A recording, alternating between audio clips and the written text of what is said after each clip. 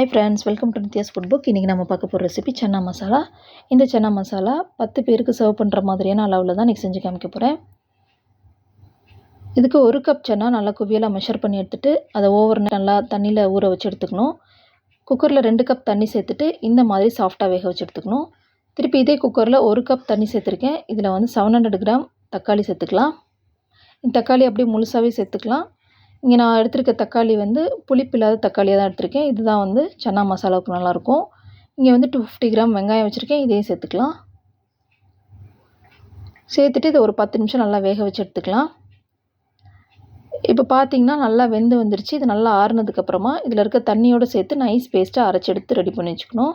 இங்கே பேனில் ஒரு 6 டேபிள் ஸ்பூன் ஆயில் சேர்த்துருக்கேன். கூடவே 4 டேபிள் ஸ்பூன் நெய் சேர்த்துருக்கேன். இது நல்லா சூடானதுக்கப்புறமா 1/2 டீஸ்பூனோட கொஞ்சம் கம்மியாக ஜீரகம் சேர்த்துக்கலாம். இது நல்லா பொரிஞ்சு வந்ததுக்கப்புறமா 50 கிராம் வெங்காயம் இதை வந்து ஃபைனாக சாப் பண்ணி வச்சுருக்கேன். இதை சேர்த்துக்கலாம். இது கூடவே 1 டேபிள் ஸ்பூன் இஞ்சி பூண்டு பேஸ்ட் சேர்த்துக்கலாம். சேர்த்துட்டு இது நல்லா வதக்கிக்கலாம். இங்கே 1/4 டீஸ்பூன் மஞ்சள் தூள், 1/2 டீஸ்பூன் மிளகாய்த்தூள், 1 டேபிள் ஸ்பூன் காஷ்மீரி மிளகாய்த்தூள், 1 டீஸ்பூன் ஜீரகத்தூள், 2 டேபிள் ஸ்பூன் மல்லித்தூள். இது எல்லாத்தையுமே இந்த ஆயிலில் சேர்த்துக்கலாம். இந்த மாதிரி இந்த ஆயிலில் சேர்க்கும் போது இதோட பச்சை வாசனை சீக்கிரம் போயிட்டு கலருமே நல்லா எடுத்து கொடுக்கும். அதனால தான் இந்த ஸ்டேஜில் சேர்க்கணும். சேர்த்து நல்லா கலந்து விட்டதுக்கப்புறமா நம்ம தக்காளி வெங்காயம் அரைச்சி வச்சுருக்கிறது சேர்த்துக்கலாம். நல்லா ஆற வச்சு அரைச்சி வச்சுருக்கோம். இது அதிலேருந்து தண்ணியோடு சேர்த்து அரைச்சி எடுத்துருக்கேன். இதையும் சேர்த்துக்கலாம். இது சேர்த்துட்டு இந்த மாதிரி ஓப்பன்லேயே நல்லா கொதிக்கட்டும். இதுக்கு தேவையான அளவு உப்பு சேர்த்துக்கலாம். இப்போ இதுலேருந்து பார்த்திங்கன்னா ஆயில் அப்படி பிரிஞ்சு வர ஆரம்பிச்சிருக்கு. இந்த ஸ்டேஜில் நம்ம வேக வச்சுருக்கிற சன்னாவை சேர்த்துக்கலாம். அதில் இருக்க தண்ணியோடய சேர்த்துக்கலாம். இது சேர்க்குறதுக்கு முன்னாடி ஒரு 2 டேபிள் ஸ்பூன் மட்டும் தனியாக எடுத்து அதை நல்லா மசிச்சு வச்சுக்கோங்க. இது எல்லாத்தையும் சேர்த்து இப்போ நல்லா கலந்து விட்டுடலாம். இப்போ நல்லா மசிச்சு எடுத்து அந்த அரைச்சி விட்டு அந்த சன்னாவை சேர்த்துக்கலாம். 2 டேபிள் ஸ்பூன்.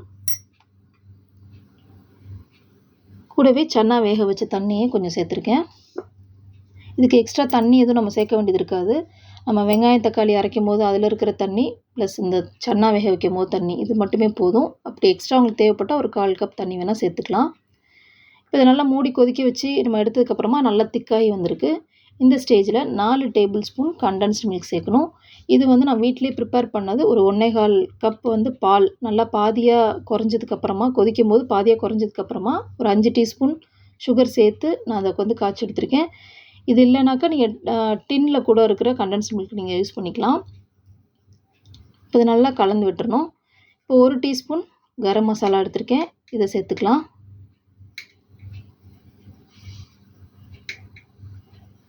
சேர்த்து நல்லா கலந்து விட்டுடலாம். 1 டீஸ்பூன் கசூரி மேத்தி அதை எடுத்துகிட்டு கொஞ்சம் லைட்டாக க்ரஷ் பண்ணி சேர்த்துக்கலாம். இப்போ இது மூடி கொதிக்க விட்டுறலாம். ஒரு 2-3 நிமிஷத்துக்கு அப்படியே இருக்கட்டும். அவ்வளோதான், நம்மளோட சன்னா மசாலா ரெடி ஆயிடுச்சு.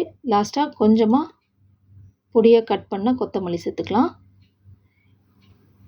இது நான் இங்கே வந்து பூரி சப்பாத்தியோடு சர்வ் பண்ணலாம்.